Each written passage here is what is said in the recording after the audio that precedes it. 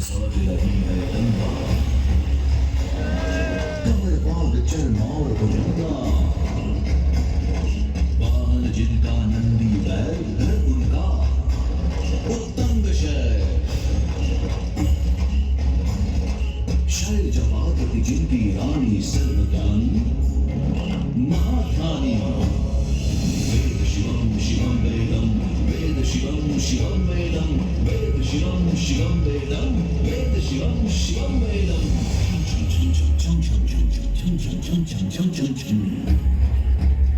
श्री शैल कवि भीमा शंकर कवि आशुतोष को प्रणाम कर,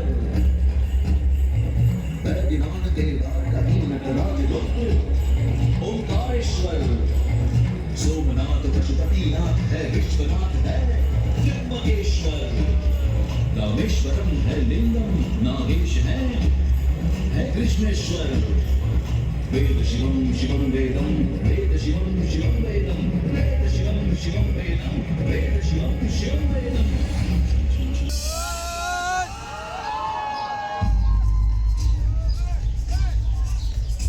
यद्यपि शिव की कृपा सदा इस काशी पर बनी रही है, पर कहते हैं कभी इस काशी में न शिव थे न गंगा, न ये सब मंदिर थे न शहर।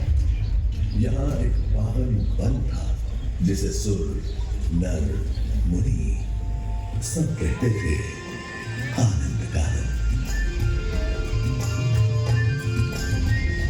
उस समय केवल कोट, शबर, भील, भर, निषाद आदि मूल निवासी यहाँ के वनों में विचरण करते थे और नदियों झीलों पर तरण।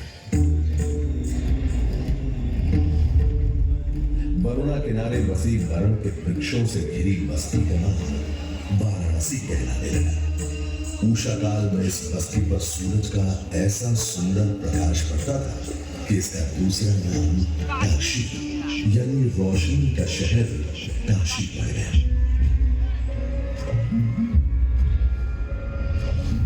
कहते हैं कैलाश के हिमालय में वास करने वाले शिव शंकर भोलेनाथ पार्वती से विवाह के बाद आनंद कानन में घर बसाने आ गए और स्वयं गृहस्थी में बनकर अभिमुक्तेश्वर। उस समय श्री विष्णु जी यहाँ रहते थे और उन्होंने ही अपने चक्र से भूमि को खोदकर चक्र पुष्करण कुंड का निर्माण किया था। जब विष्णु जी काशी शिव जी को सौंप कर चले गए, तब भोलेनाथ ने काशी को अपने त्रिशूल पर धारण कर लिया। पर गंगा अब भी यहाँ नहीं थी गंगा इस ब्रह्मांड में।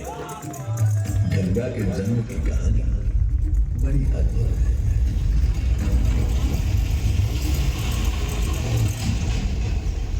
दानी था पर करता था दम, पूरी पृथ्वी पर फैला था उसका ही आतंक।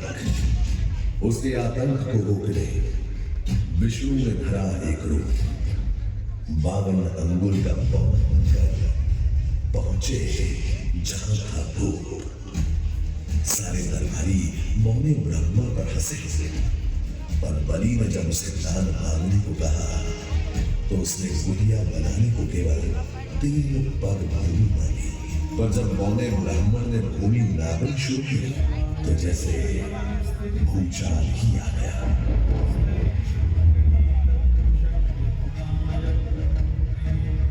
वामन ने पहले पग में सारी धरती नाप ली और अगले कदम में स्वर्ग।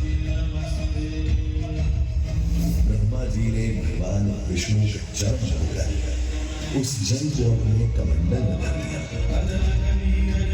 और अब वामन अवतार ने अपना तीसरा पग बलि के सर पर रखकर उसे पाताल लोक भेज मुक्ति दे दी।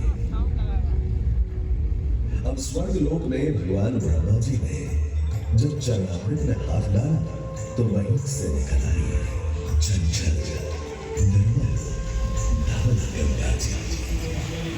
पवित्रा किंकिर चंचला, आज से तू मेरी पुत्री और नाम तेरा गंगा।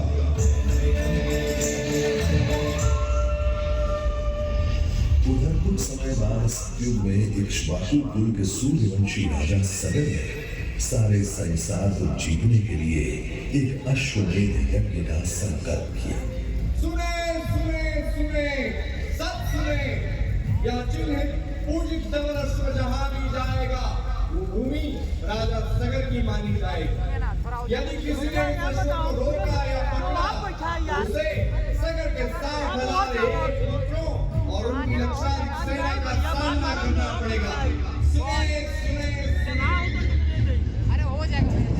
अश्व अजय पराजय नहीं जा रहा था और सब जोर में बढ़ती जा रही थी। देवों की दर अश्व सूचना मिलते ही सगर के 60,000 पुत्र घोड़े की तलाश में लग गए। जब घोड़े को खोजते खोजते वे वसुदेव कपिल के आश्रम में पहुंचे, वहां उन्होंने देखा कि कपिल मुनि आंखें बंद किए बैठे हैं। यदि कपिल ऋषि ने खोली आंख तो तपस की योगाग्नि से चलकर तुम सब हो जाओगे राख। सूर्य के वंशजों को आग से डराता है मूर्ख। अगर तूने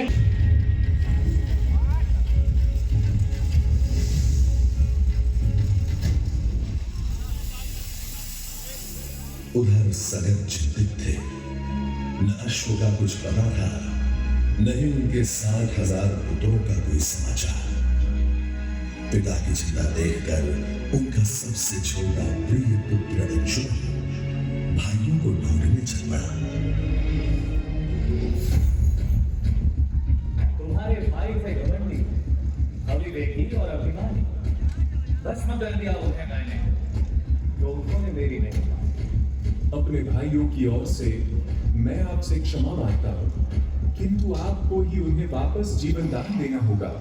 मृत्यु का इलाज कोई नहीं कर सकता, किंतु वेद गंगा, गंगा किसका नाम है ऋषिवर? स्वर्ग में विष्णु के चरणों से पैदा ब्रह्मा की पुत्री है गंगा। तुम ब्रह्मा जी को मनाओ और गंगा को अपने भाइयों के तर्पण के लिए पृथ्वी पर ले आओ। अंशुमन को अपने भाइयों के तर्पण के लिए गंगा को लाने का बहुत मन था, किंतु किसी को राजधर्म भी तो निभाना और राज भी चलाना था। देख